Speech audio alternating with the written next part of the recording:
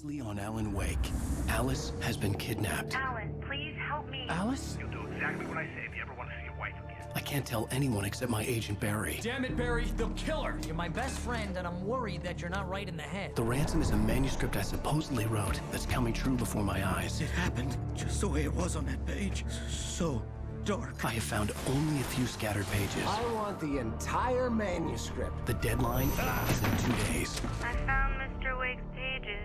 Good girl. How the hell did she get her hands on the manuscript anyway? I don't know. She's resourceful. I told you you were too hard on her. Listen, I found out all sorts of interesting stuff while I was digging around.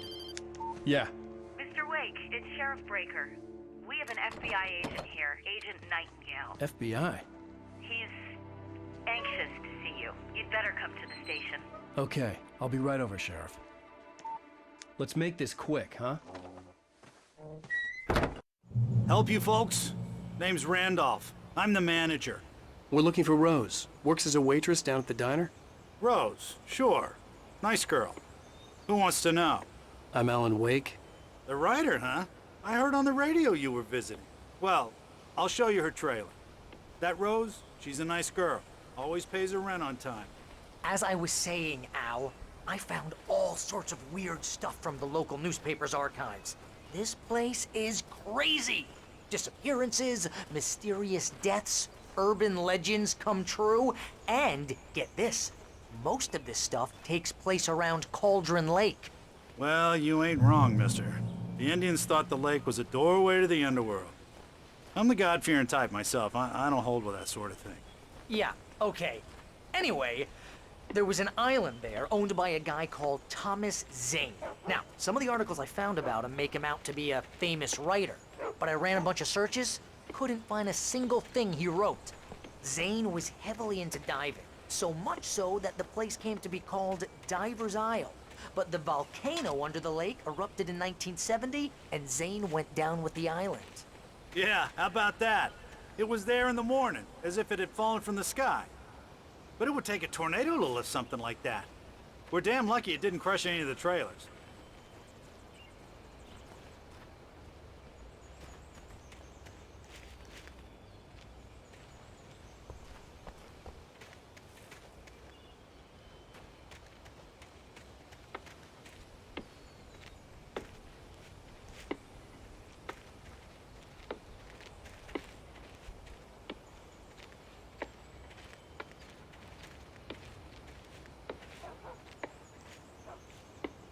It gets better. A local girl, Barbara Jagger, drowned in Cauldron Lake just a week earlier. They were lovers. Sure, Jagger's a local spook story. The Scratching Hag comes for you in the dark. Childish stuff like that. Anyway, Al, I'm just getting to the best part. All of the articles about this stuff were written by Cynthia Weaver. I asked around, and she's that crazy bag lady you met. What, the lamp lady? She can be a little loopy, but she's not homeless or anything. Yeah, anyway, she knew both Jagger and Zane before they both died, and she had some kind of a breakdown.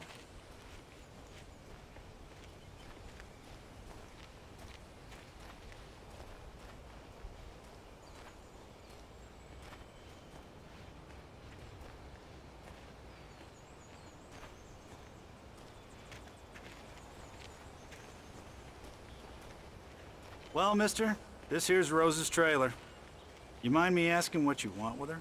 We're just here to talk to her, pal.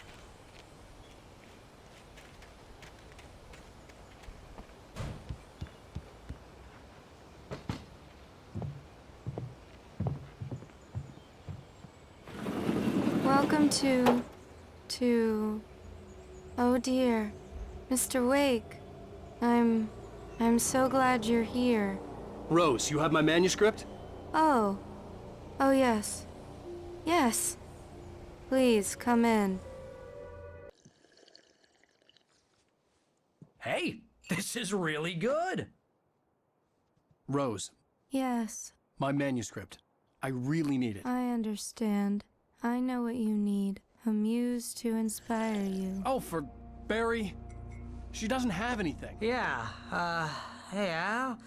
Al, what's... Oh. Barry! What? What?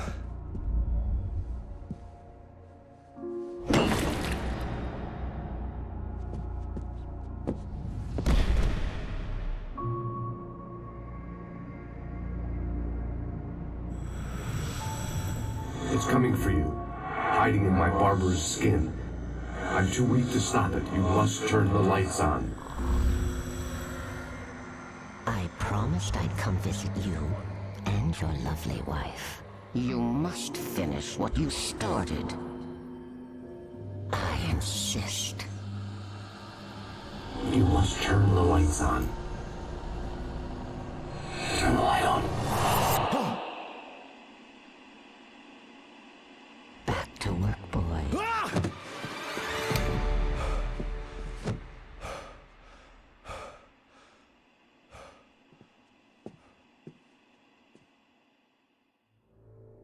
I felt nauseous, hungover. Only anger kept me going. I can't tell reality from dream anymore, but it seems I have an imaginary editor to help me. She's an old woman in a funeral dress. I call her Barbara Jagger. She's very strict. I'm writing faster and faster. My manuscript is being heavily revised. The edits are getting very aggressive, and each day there's less of me and more of her.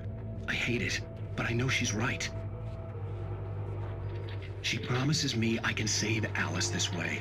She knows more of this than I do. About the complex incantation I'm attempting. About this place. She's worked with another writer under similar circumstances, Thomas Zane. The genre of the story seems to be shifting.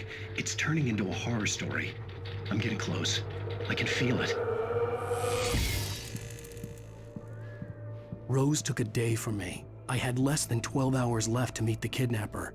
All I could do was get Barry into the car, work something out once I got on the road. Welcome to the Oh Dear Diner. What can I get you today? Coffee? I couldn't work up much hate for Rose. Something had used her to get to me and left its mark. First refill is free. Milk and sugar on the counter there. Would you like to hear today's specials? Thank you. My gun and flashlight were gone. I'd have to find a way to get Barry into the car as quickly as possible. There was no time to waste. Mr. Randolph liked Rose. That little smile she had. How she was still sweet when life had tried so hard to make her bitter. It wasn't any of his business what she did in her trailer. But those strangers, the writer and his smart-ass sidekick, looked like trouble. And they'd been in there for hours, way past her normal bedtime. He reached for the phone and called the sheriff's station.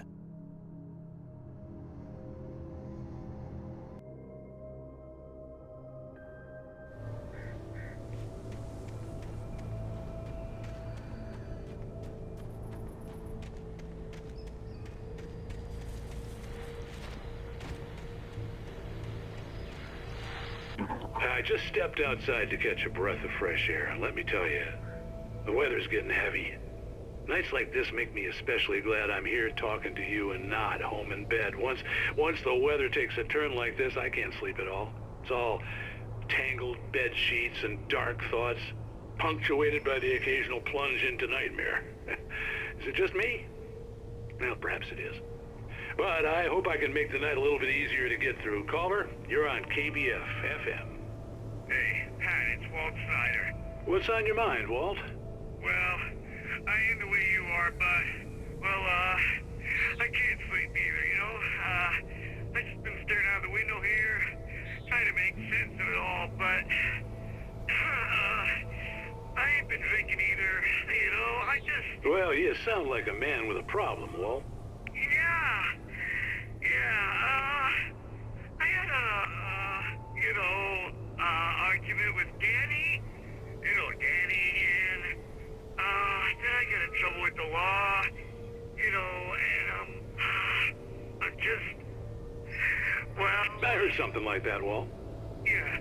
Well, you know, Danny's my best friend, and, they let me out on bail today. And now I'm just alone here at the window, you know, waiting. Man, and there's something in the air tonight, man.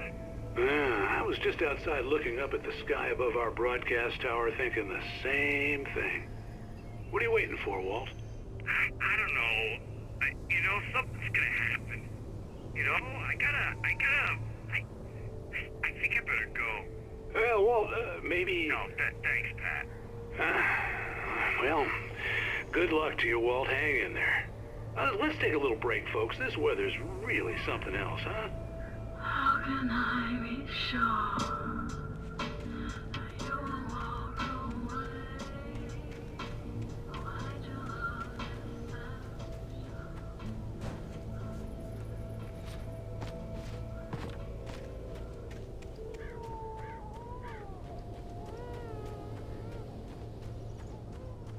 Oh, you're gonna get it now.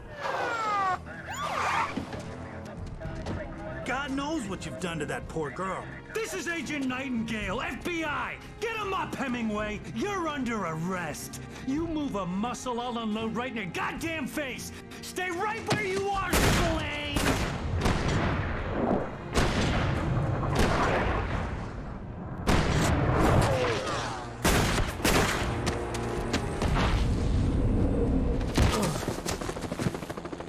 What are you? I'm standing right here, you goddamn maniac!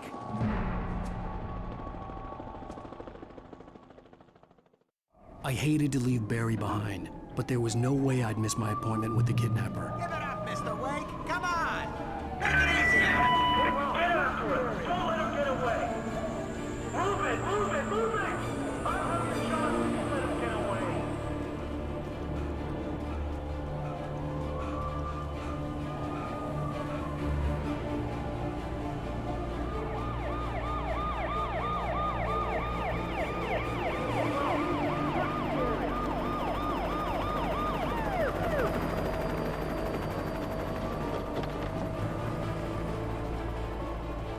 There he is! There he goes! Okay, men, keep your eyes peeled. He's gonna try to make it through here. Oh, damn! See him? Fan out! Whoa! There he goes! Stop! He doesn't right here! God damn it! Where did he go? Lift away! Keep an eye out!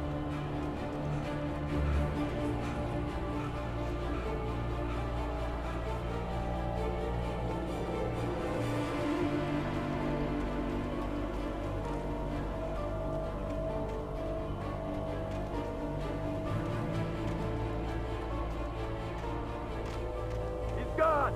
Come on, guys! We need to head him off! For decades, the darkness that wore Barbara Jagger's skin slept fitfully in the dark place that was its home and prison. It was hungry and in pain. It dreamed of its nights of glory when the poet's writing had called it from the depths and given it a brief, terrible taste of power and freedom. The rock stars had stirred it from the deep sleep the poet had sunk it back to in the end. When it sensed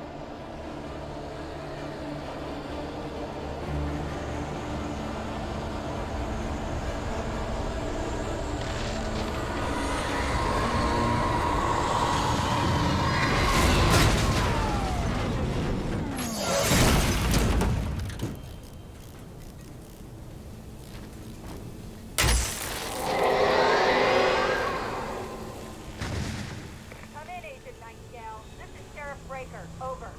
Nightingale, over.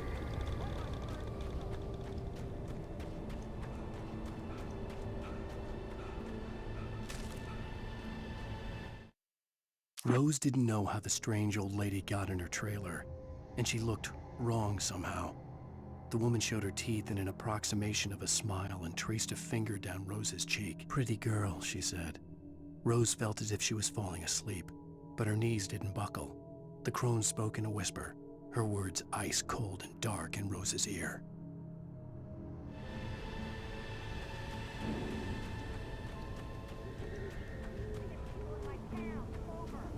I'm a federal agent pursuing a fugitive. You want to discuss my message, Sheriff? Make an appointment. Over. You stay right where you are, Agent Nightingale. I'm on my way.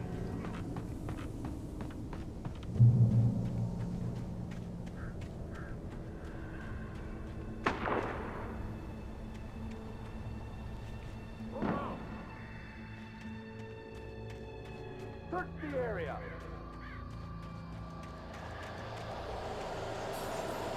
Stay sharp. This way. Over here.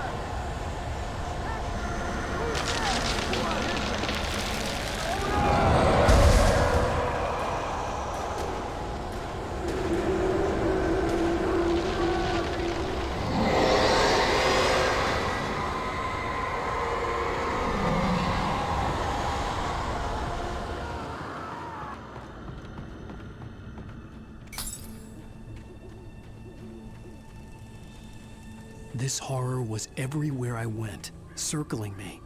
The cops didn't stand a chance. They were after a writer, not a monster. You assigned to me. It's waste doing. Wait, are you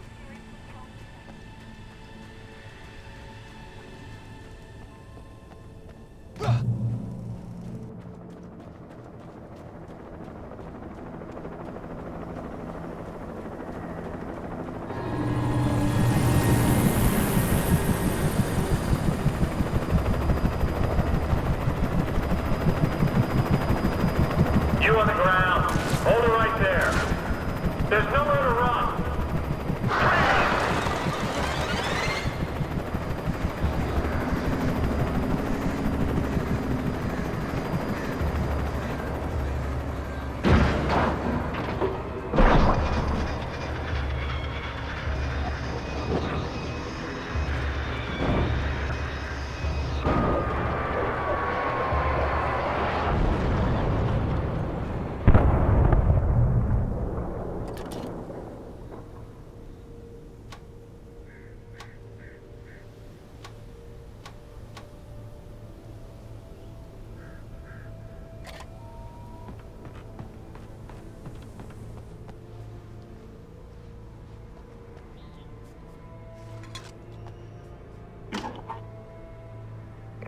This is James. Mulligan, Thornton, come in. Over.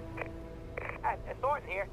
James, we got both Wheeler and Rose in custody. They didn't put up a fight or anything. Why, they were...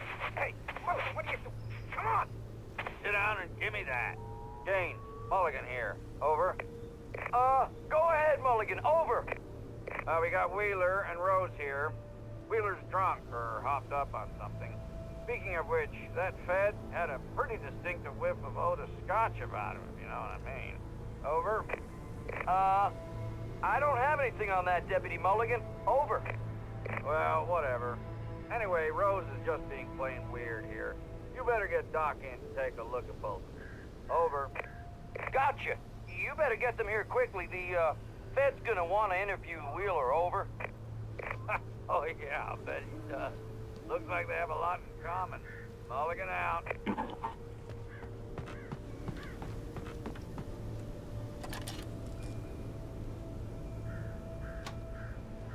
I could see the lights of the radio station in the distance.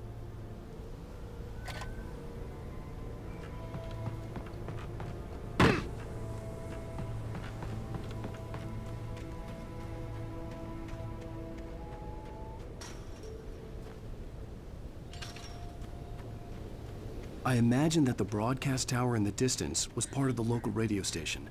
Maine seemed like a decent guy. Perhaps he could give me directions to the coal mine.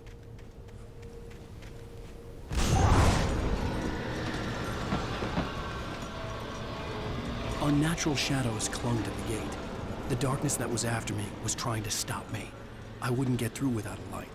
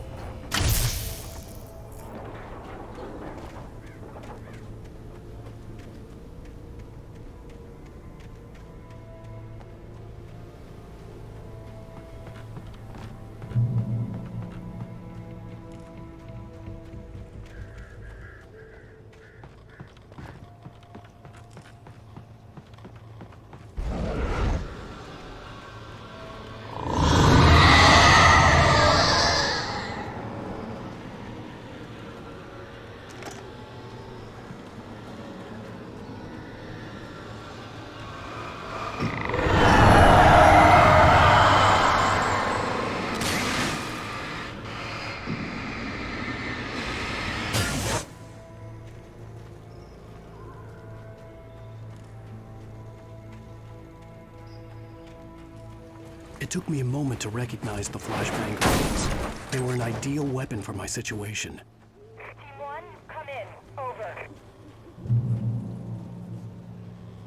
Team 1, this is Sheriff Breaker. Report. Over.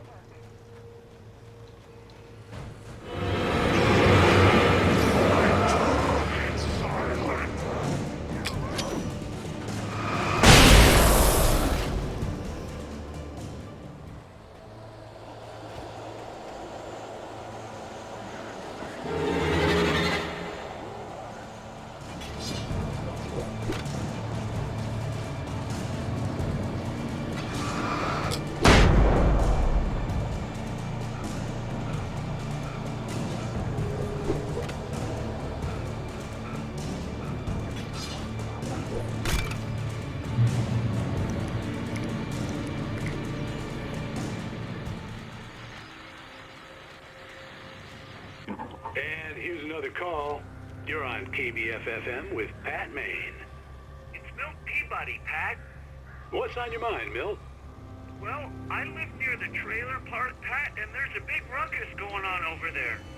Well, that's just up the road from me, too. What's going on, do you know? I don't know, but there's a bunch of police cars there, lots of sirens, a helicopter buzzing around, and I think I heard some gunshots. Gunshots? Yes, sir, like from a pistol. So can you find out what's going on? Because it's just next door and they're popping off guns there. They're still shooting? No, it was maybe 10-15 minutes ago. It sounds serious, Pat. I'm telling you, it don't sound like no party. Well, I'm certainly going to give the station a call, Milt. Okay. You'll hear it here as soon as I hear from them. Okay, thanks.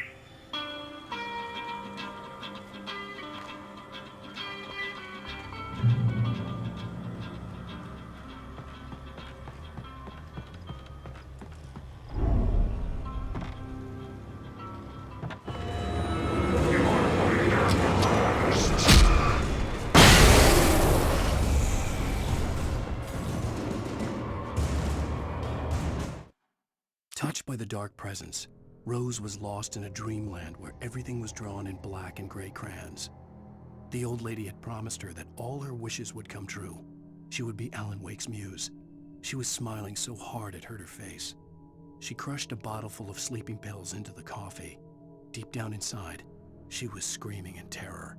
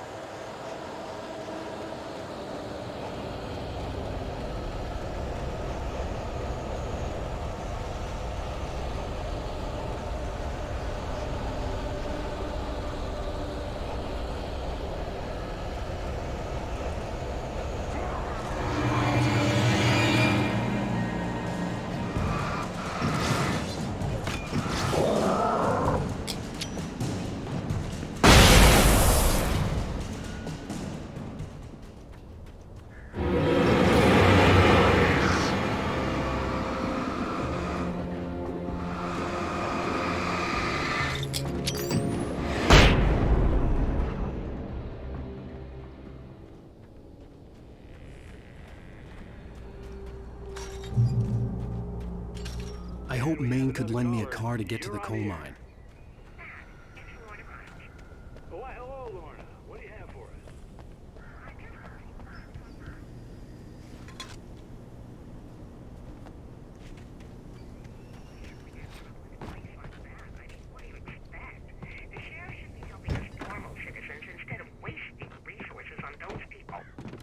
Well, They'll have to try and sort themselves out. I'm sorry, but my granddaddy settled in Bright Falls in 1911.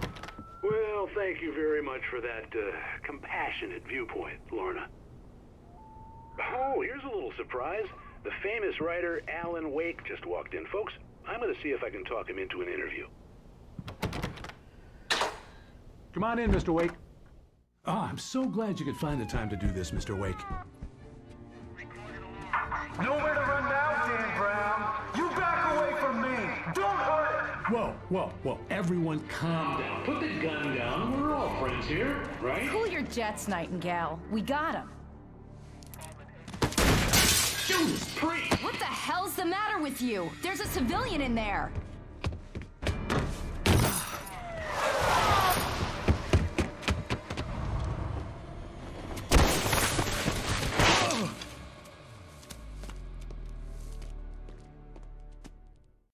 I'll get you yet, even if it kills me. You hear me?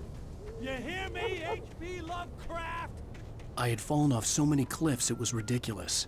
That's what you get for naming a book The Sudden Stop. It was probably good I hadn't had the chance to tell Maine where I was going. I'd have to lose the cops and find my own way to the mine. Nightingale stared through the broken studio window into the dark woods. He turned around, started to walk out, but Maine grabbed his arm. "Young man, you almost shot me. You don't shoot off rounds at people like that. What's the matter with you?"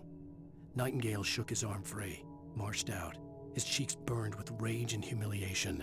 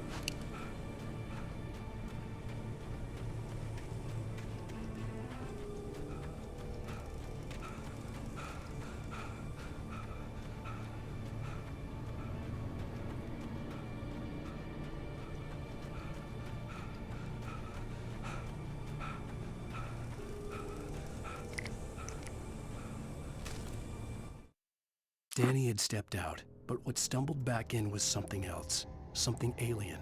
A monster. Walter tried to kill it, first with his fists, then a chair. It wouldn't die. Instead, it kept coming, unaffected by the beating it had taken. After Walter managed to kick it down the cellar stairs, fear took over. He ran, got behind the wheel, gunned the engine. The booze wouldn't make him forget, but he knew he had to try.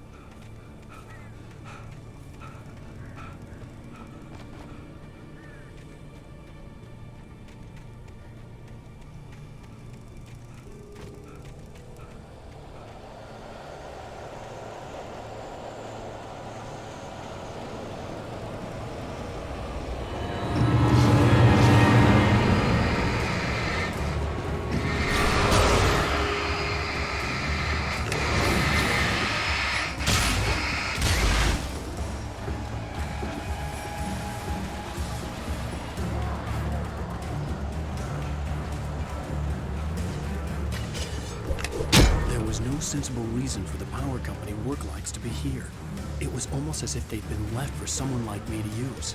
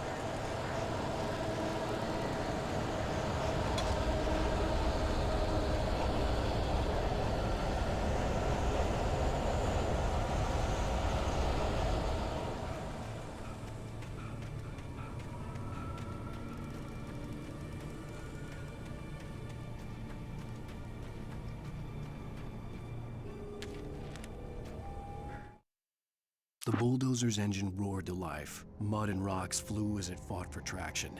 It crashed through the concrete wall and landed heavily in the yard. If it were an animal, it would have shaken its head after the impact, fixed its eyes on me, and charged. Of course, it had no head, nor eyes. Shadows crawled on its form, twisting it into a monster. Then, it came for me.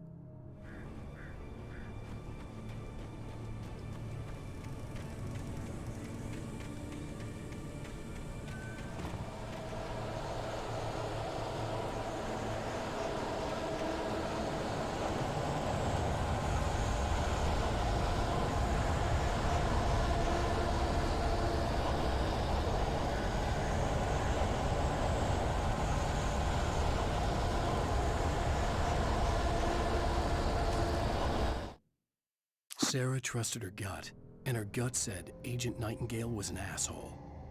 He felt wrong, and it wasn't just the smell of stale booze. It was in the way he flashed his badge, pulled rank, the look in his eyes when he wanted answers. Where was Alan Wake? What was this about an accident? Where was his wife? And most importantly, why did she let Wake go? He wouldn't answer her questions. Federal business was all he'd say.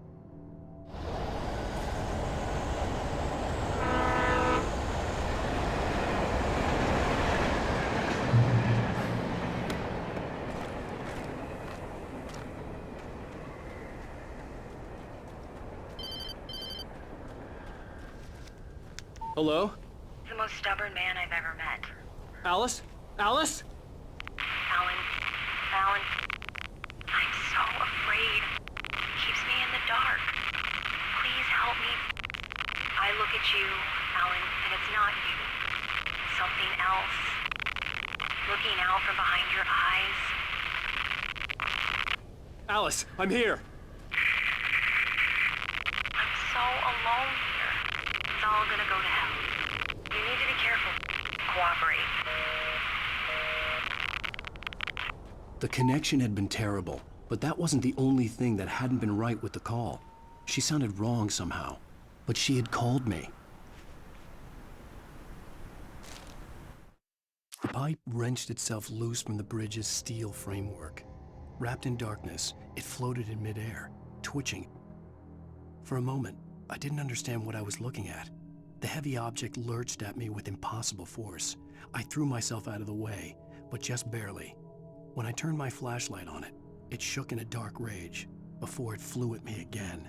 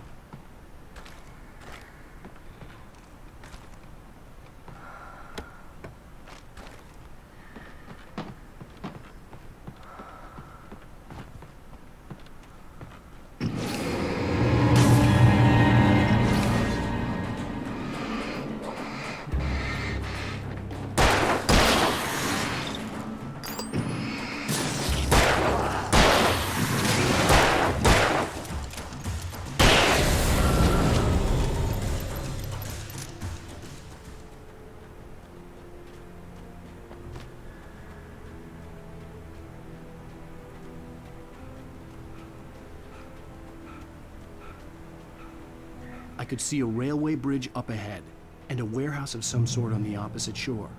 I hoped I could find a car from there.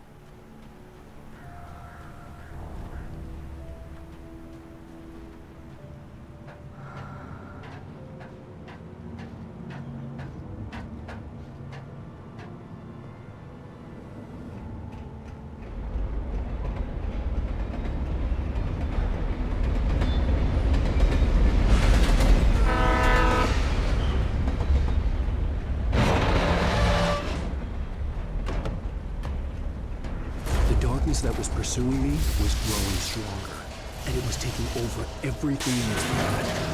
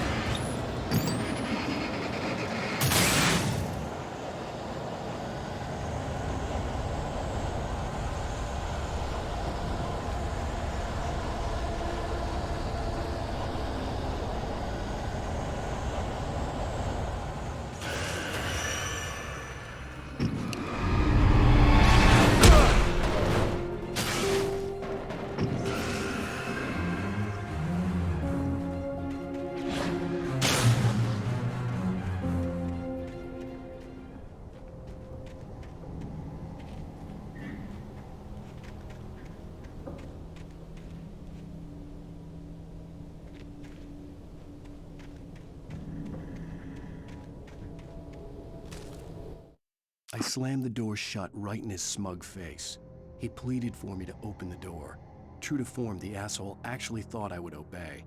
I had no sympathy left, no guilt either, not for him. I took a moment to savor the scream.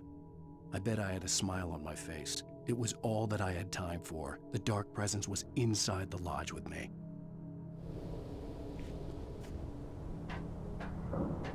As a teenager, just starting to get interested in writing, Stephen King had been a source of inspiration to me.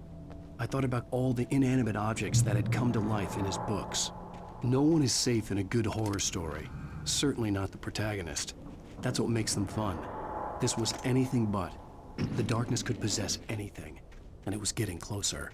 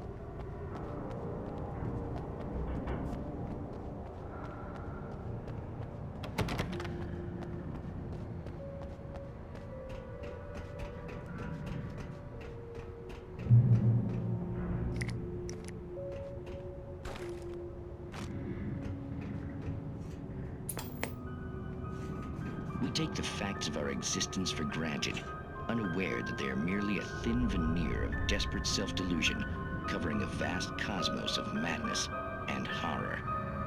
All too often, the stars are right. In Night Springs. Tonight's episode, a family occasion.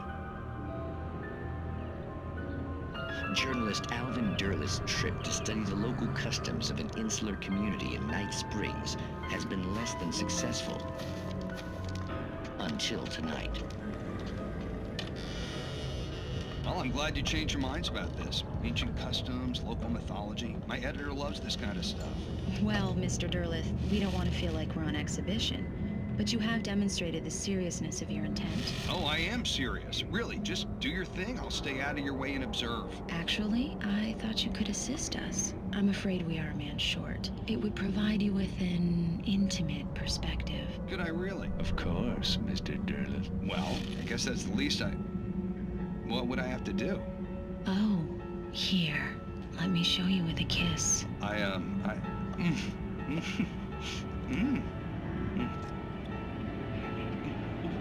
What did you...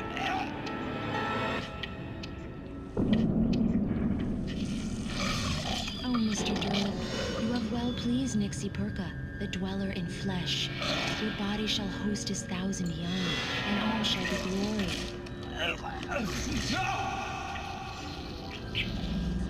Shh, darling, be calm. Shh. Alvin Derleth learned a harsh lesson. If you go looking for mythology, it may come looking for you. And such quests always bear fruit. In Night Springs.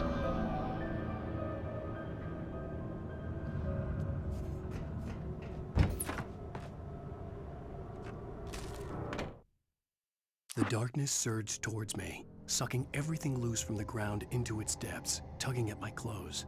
I saw the flare the kidnapper had dropped and threw myself towards it just as I felt my feet leave the ground. The darkness embraced me with the force of a tornado. Somehow I managed to light the flare. The darkness roared and cast me away. I fell toward the dark waters of the lake far below.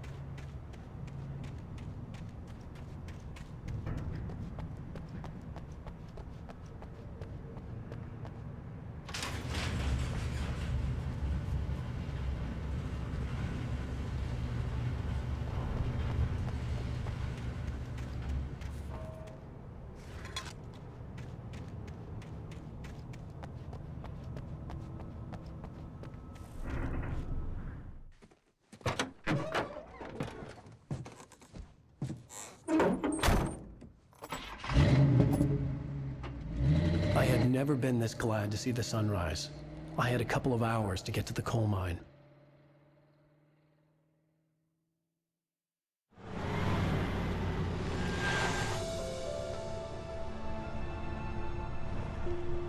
The coal mine wasn't far now.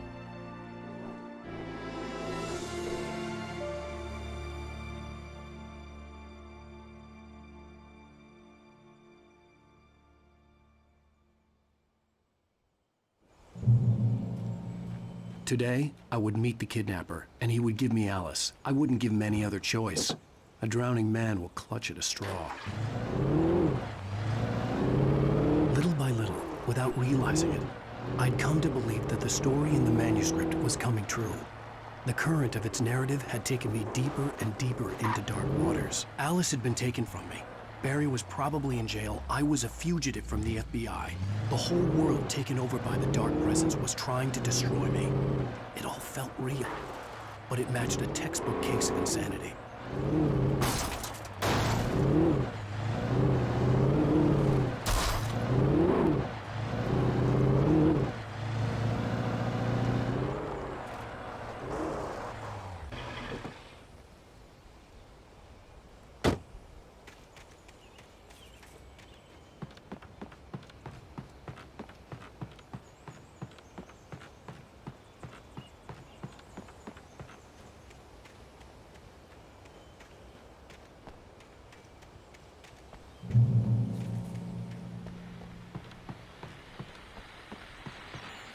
This is Pat Main, and you're listening to KBF-FM. Folks, I want to apologize for kind of abandoning you to that looping music track last night, but I was detained.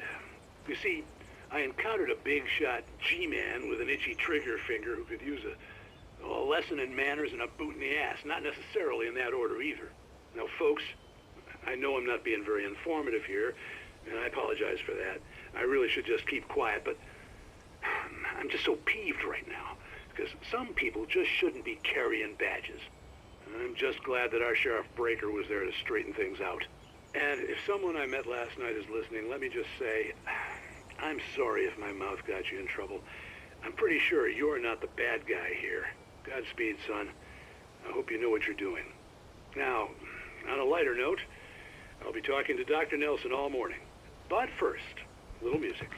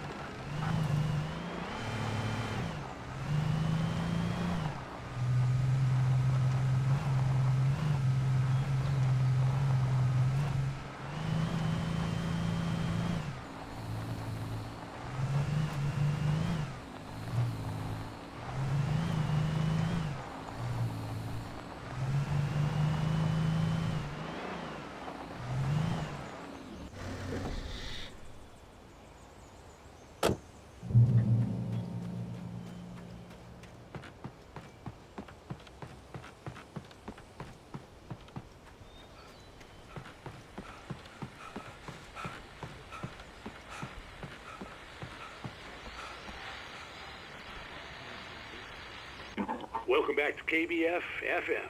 Hope you enjoyed that tune. Now, Doc, you were talking about life and finding that special someone, that soulmate. Well, you were talking about that. I was saying I don't buy it.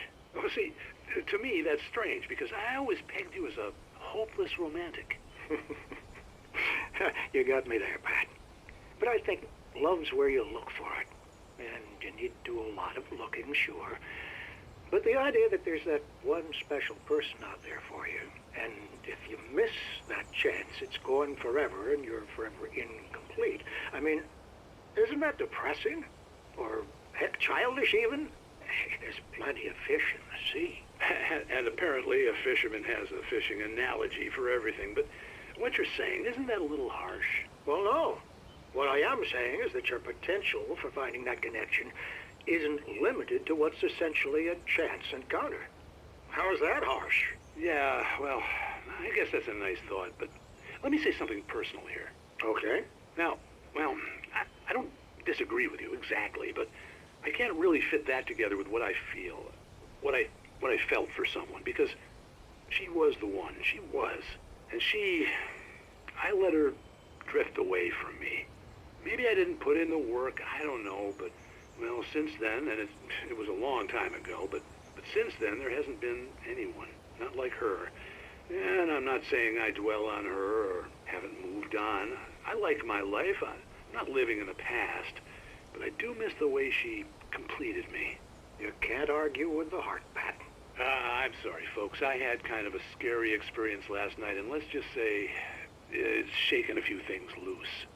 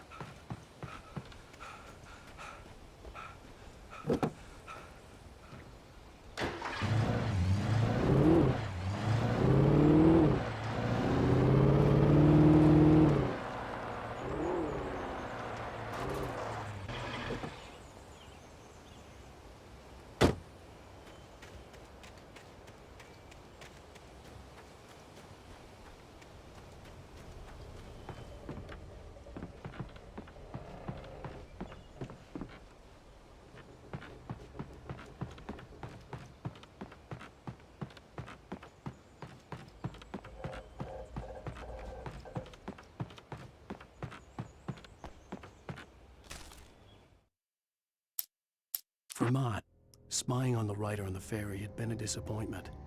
His boss had made Wake out to be something special, but Mott hadn't been impressed. He'd gotten a good long look at the wife, though, and he liked what he saw. Mott had fantasized about goading Wake into a fight, but it hadn't happened. Still, he'd get his chance to see if the writer had anything in him. He'd been promised as much.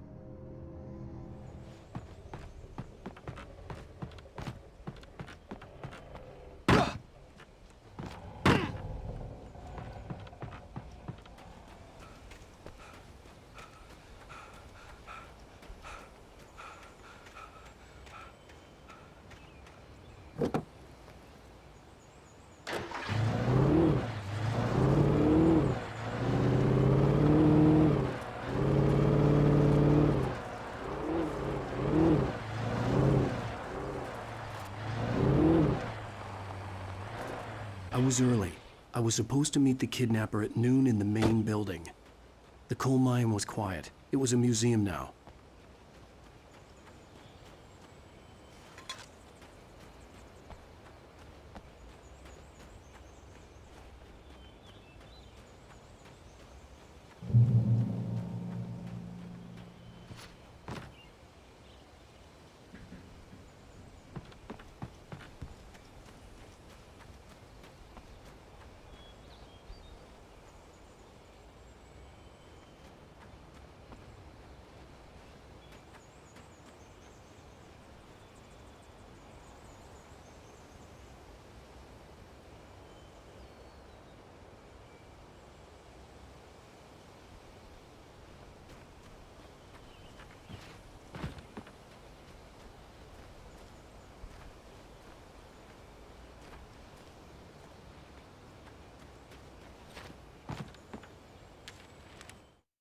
With Nightingale gone and the night wind blowing in through the broken studio window, Maine stared at Sarah.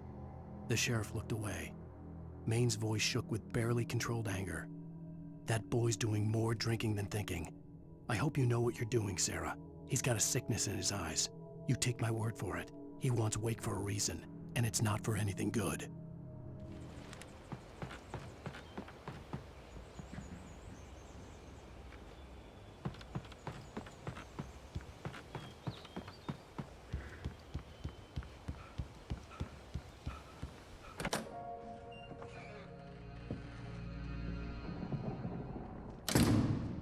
I didn't want to go outside. Cops had to be looking for me. The noon sun turned the place into a sauna. The day dragged on. Different scenarios ran through my mind. Ways of how I'd torture the kidnapper to get Alice back. Or the different horrible things he could have done to her. I imagined her dead. I had no way of knowing she was still alive. It was killing me. I was running on blind hope. It was all a waste of time. The bastard never showed up.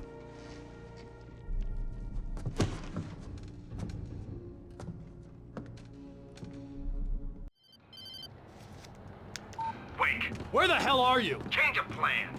You know where Mirror Peak is? It's a big mountain north of where you are. You follow the path from the mine, you can't miss it. There's a lookout point there.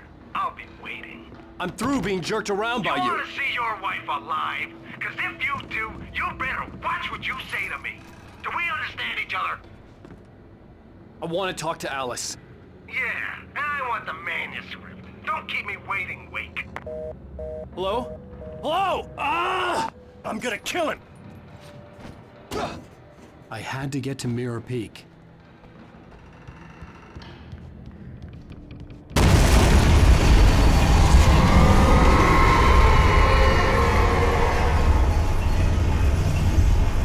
It was close. Maybe closer than ever before.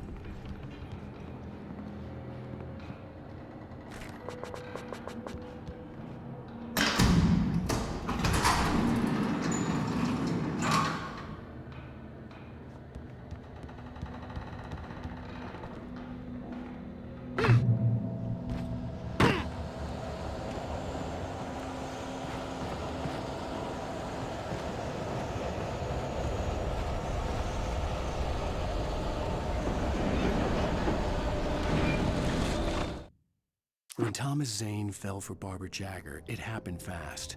She was young, vibrant, and beautiful, full of life. He had never been a very happy man, and without any seeming effort, she had changed all that. Zane felt good for the first time in his life. Everything she did was another piece of a jigsaw puzzle he hadn't even known he'd been missing. And best of all, she made the words flow, strong and sharp. She was his muse.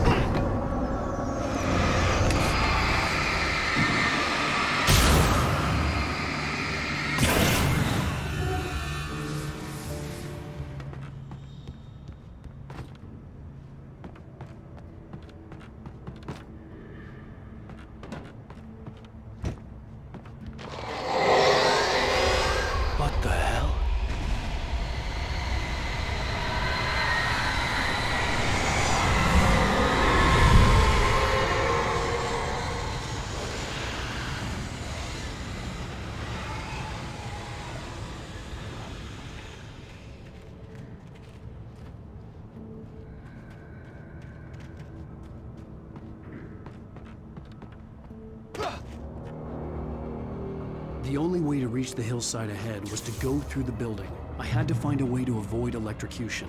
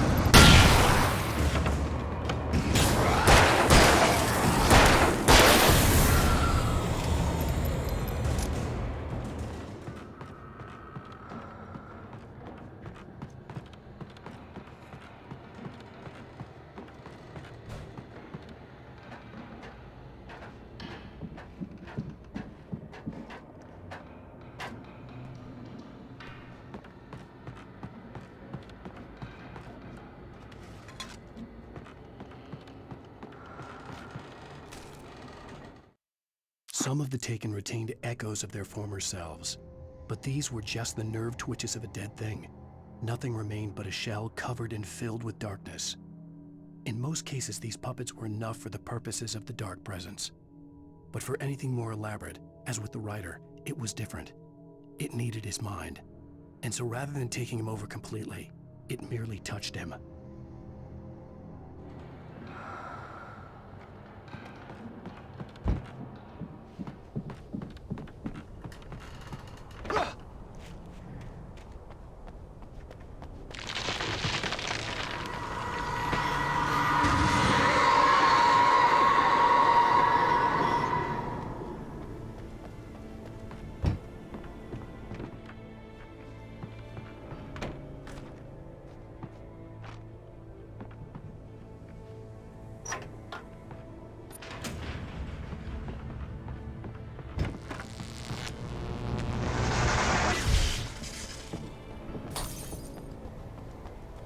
There was no way the flashbang grenades were standard power company equipment.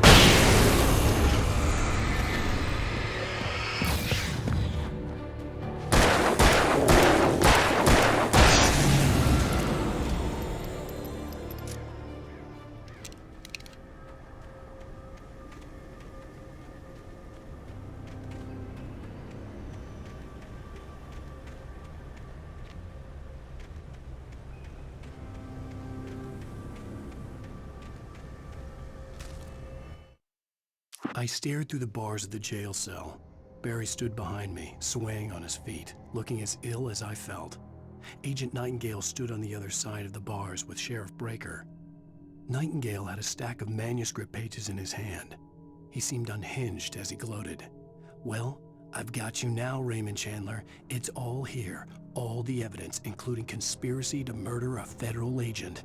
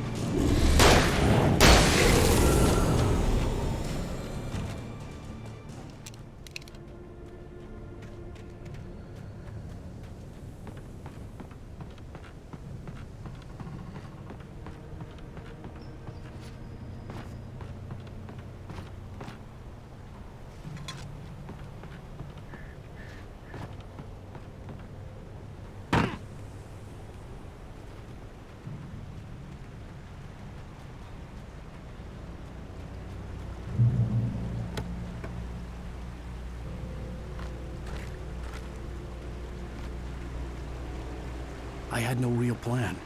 I was going to give the kidnapper all the manuscript pages I had for Alice. If that wasn't enough, I'd hold him at gunpoint and make him talk.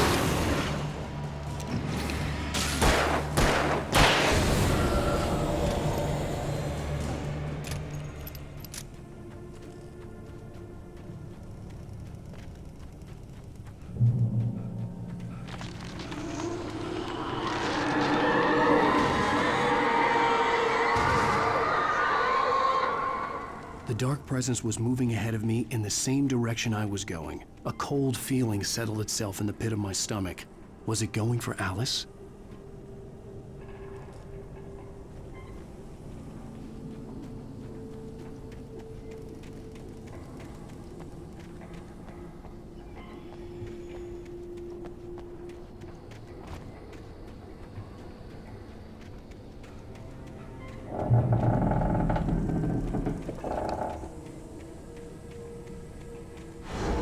The graveyard shift may cause cancer.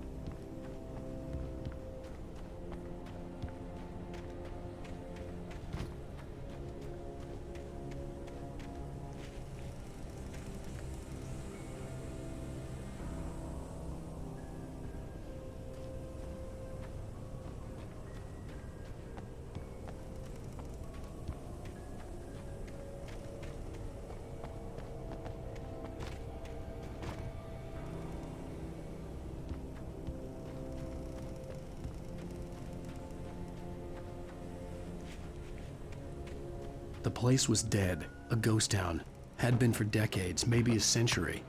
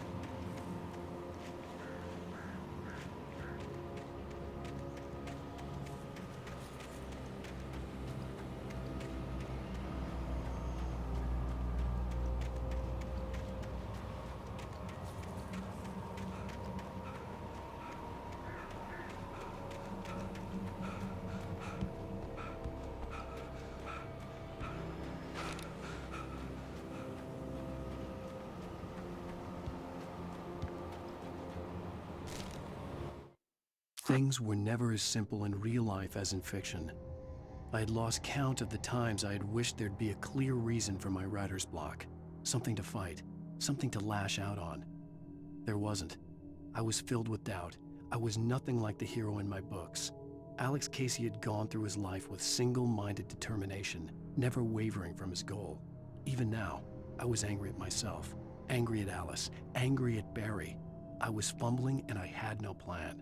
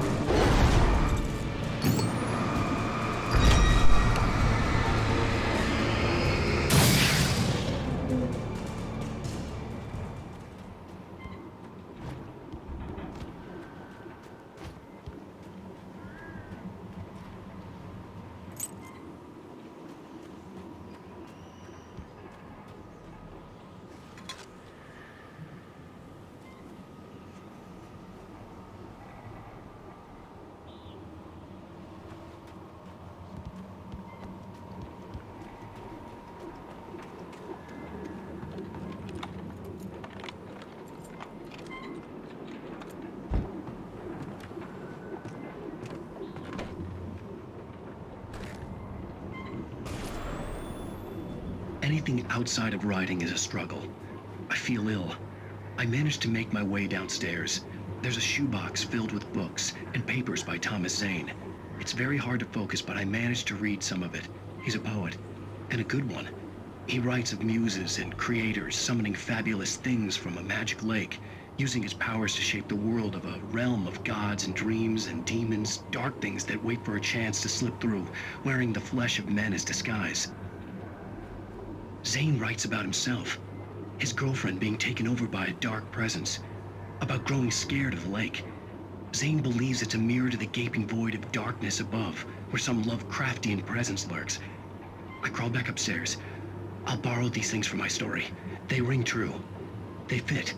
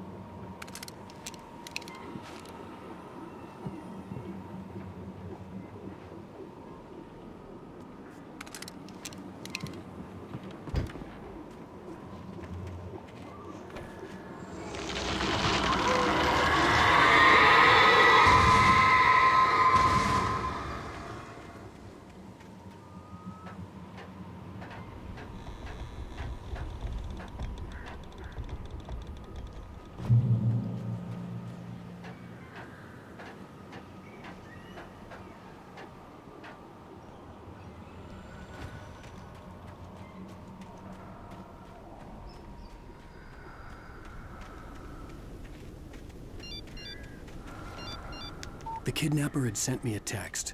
The message was full of spelling errors and insults. It was telling me to hurry up.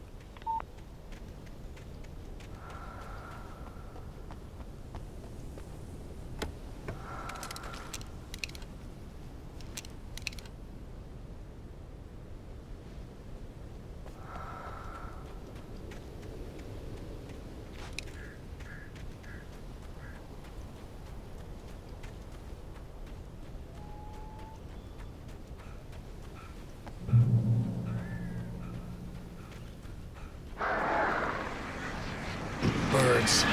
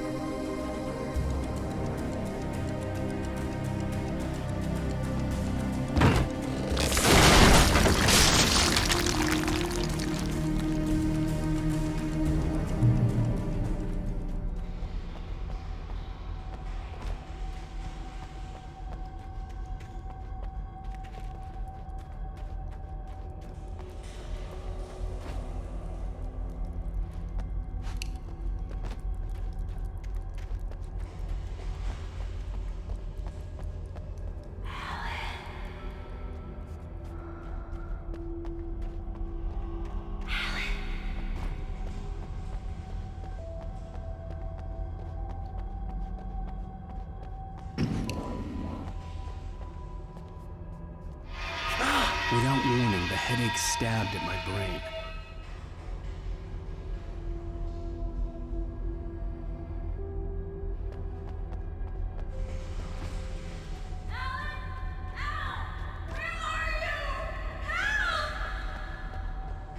Alice?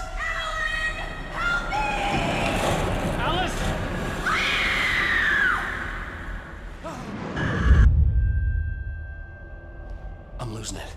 I gotta get out of here.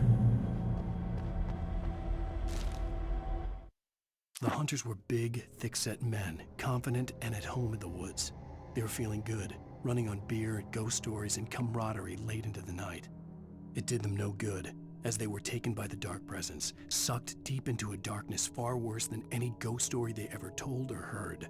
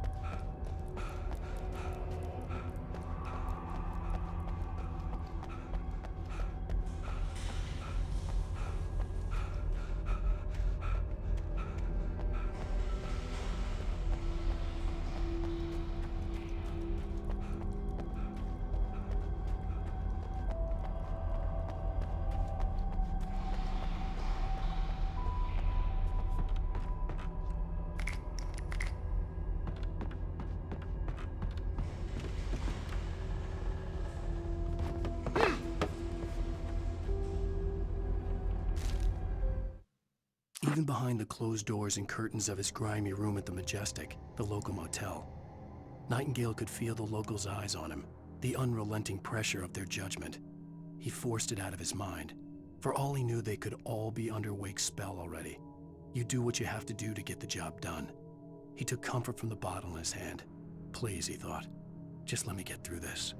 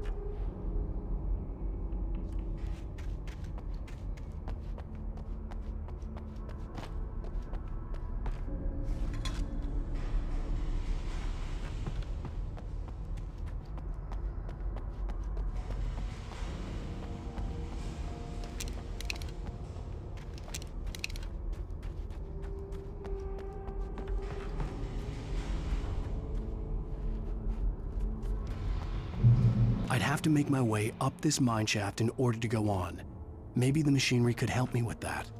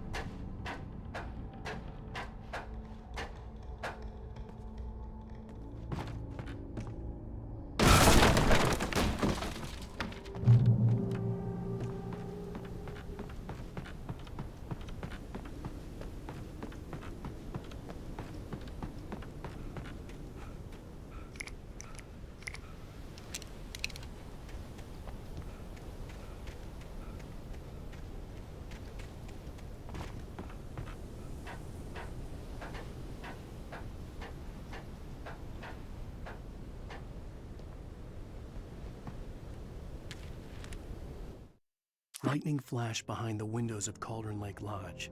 Tor Anderson laughed and held the steel hammer above his head. Nurse Sinclair was trying to calm him down without success. Tor grinned madly and shouted, "My hammer's up.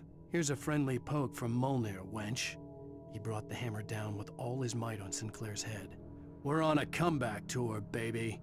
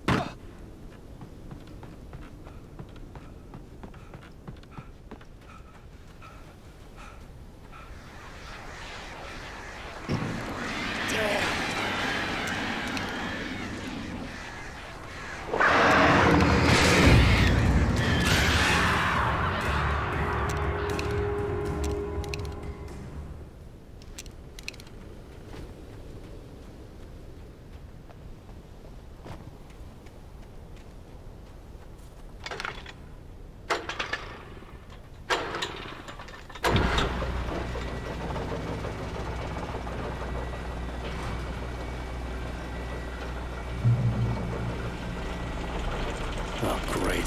Another cable car. Just great.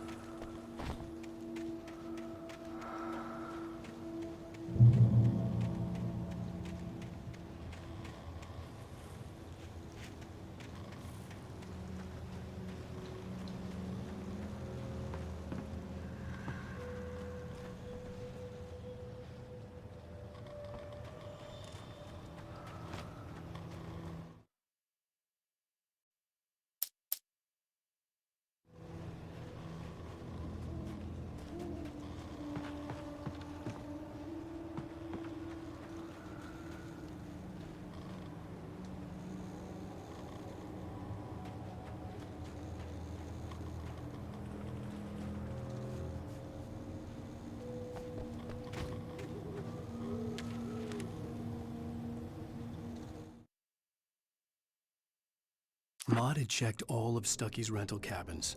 There had been no sign of the Wakes.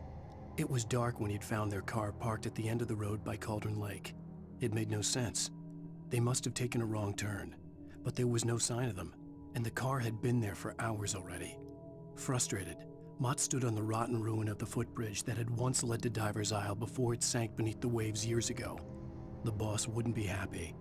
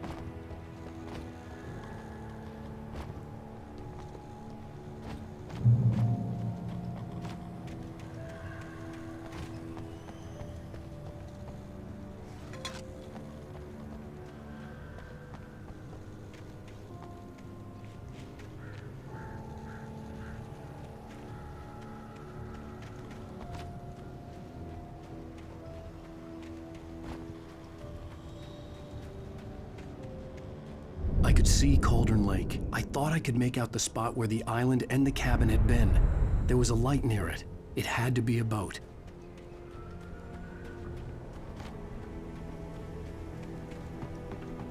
I was close now. I had to get there fast. I dreaded what I would find. I tried to hold on to Alice, but her form melted away. I was losing control. Dr. Hartman stood in her place. I wanted to hit him, but my arms were jelly. He smiled. It was a reassuring smile, and I hated him for it. I had to give you a sedative. Don't fight it. You went through another rough period. Right now, it's very important that you stay calm. We don't want you to have another episode. You're a patient at my clinic. Have been for a while now.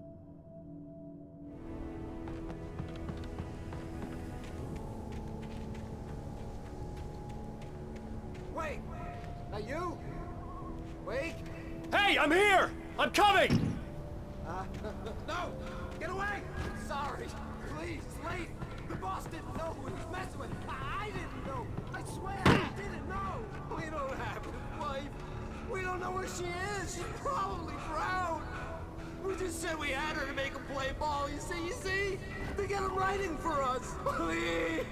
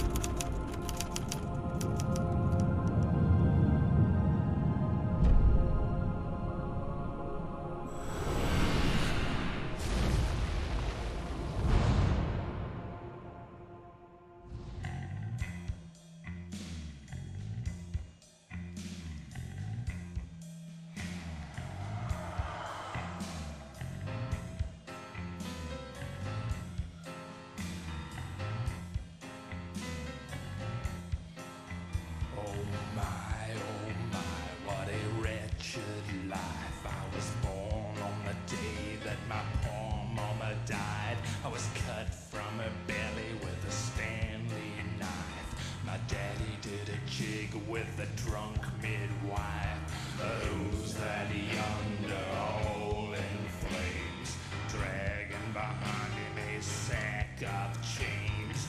Who's that yonder all in flames? Well, up jumped the devil and he staked his claim on me.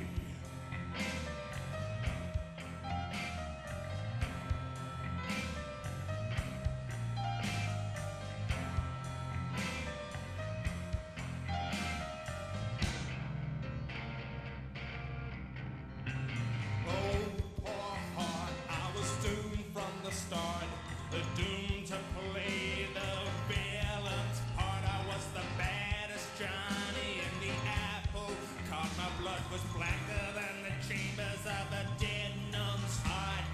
Who's that milling